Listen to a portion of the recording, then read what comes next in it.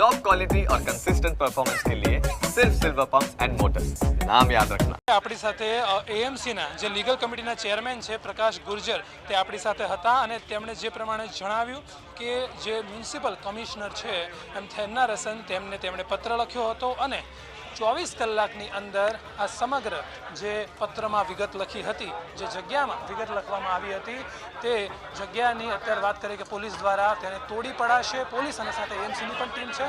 હું તમને એકવાર મકાન પણ દર્શાવીશ કે કઈ રીતે મકાનની આજુબાજુ બધા સામાન પડ્યા છે.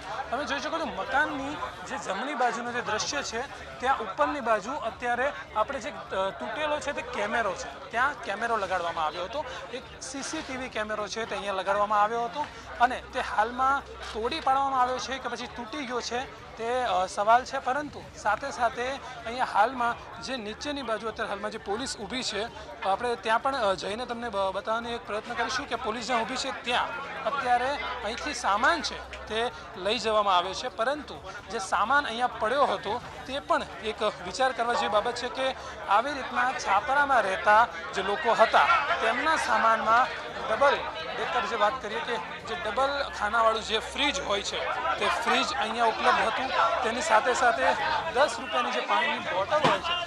અહીંયા વાત કરીએ એક મુખ્ય બાબત બતાવીશ આપણે કે પોલીસ દ્વારા અત્યારે જે તેમનું ઘર છે તેને તોડવામાં આવી રહ્યું છે.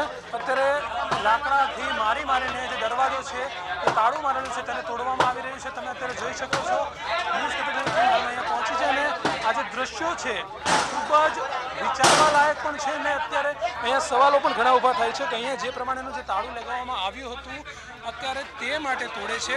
કારણ કે જે તાળું લગાવ્યું હતું ને અંદર શું સામાન છે, કારણ કે એકવાર જો આની પર બુલડોઝર ફરી વળ્યું, એકવાર બુલડોઝર જો અહીંયા જે મકાન છે તેને તોડી પાડ્યું તો અંદરથી શું સામાન નીકળે તે ખૂબ જ જોવા જેવી બાબત રહેશે.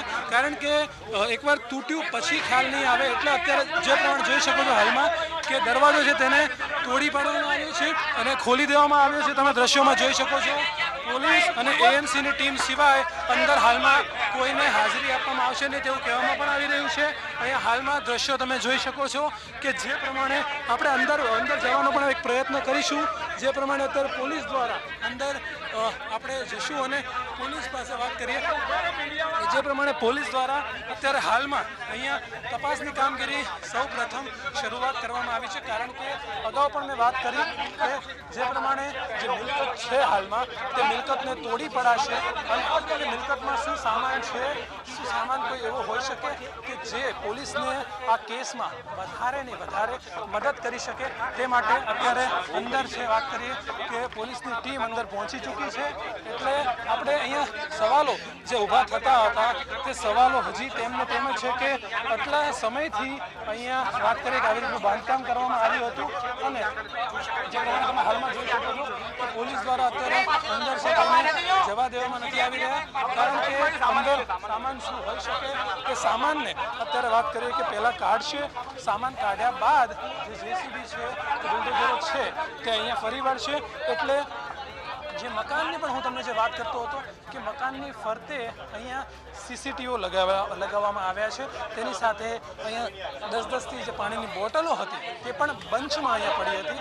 એટલે મોટા પ્રમાણમાં જે પાણીની બોટલો, સીસીટીવી કેમેરાઝ અહીંયા સાથે અવડા નાના મકાનમાં વાત કરીએ કે અહીંયા એલસીડીનું સ્ટેન્ડ પણ અહીંયા પાછળની સાઈડ હું તમને બતાવીશ થોડાક સમયમાં. કારણ કે અત્યારે છે અહીંયા મકાનની અંદર જે દરવાજો તોડીને અંદર પહોંચ્યા છે એટલે એ મુખ્ય બાબત અત્યારે એ એટલા માટે છે કારણ કે મહત્વનું છે અંદરથી શું બહાર આવી રહ્યું છે, અંદરથી કઈ વસ્તુ અંદર પડી છે, અંદર કોઈ એવી નશાવાળી કોઈ વસ્તુ પણ હોઈ શકે, તેના સિવાય કોઈ એવી વસ્તુ પણ હોઈ શકે. જો હાલમાં તમે જોઈ શકો છો દ્રશ્યોમાં પણ કે પોલીસ દ્વારા છે અંદર હાલમાં જોઈ શકો છો કે ઘરનો જે સામાન છે તે બધો બહાર કાઢવામાં આવી રહ્યો છે. અત્યારે હાલમાં જે મકાનમાં જે ફ્રીજ હતું તે ફ્રીજને અત્યારે બહાર કાઢવામાં આવ્યું છે. જે પ્રમાણે મેં અગાઉ પણ વાત કરી કે જે બહાર પણ એક ફ્રીજ હાલમાં હાજર હતું, અંદર પણ પણ એક ફ્રીજ છે અને અહીંયા વાત કરીએ કે એસી જે લગાડેલા છે અંદરની સાઈડ, એટલે કંઈક મોટા પાયે કામકાજો બધા અહીંયા થતા હોય તેવો અંદેશો અહીંયા લાગી રહ્યો છે. કારણ કે જો કોઈ પણ જાતનો એવો બનાવ ના બનતો હોત, જો કોઈ પણ જાતની એવી વિગત કે કોઈ પણ જાતની ઘટના એવી ના થતી હોત તો ચોક્કસથી આટલા નાના ઘરમાં તમે જોઈ શકો છો હાલમાં કઈ રીતે અંદર છે એ વોશિંગ મશીન પણ અત્યારે કાઢવામાં આવ્યું છે. એટલે એક એવી લાઈફસ્ટાઈલ જે ફઝલ શેખ જે આરોપી છે તે પોતે એવી એક લાઈફસ્ટાઈલ જીવતા હતા કે જે લાઈફસ્ટાઈલ જીવવાનો ઘણા લોકોનું સ્વપ્ન હોય છે.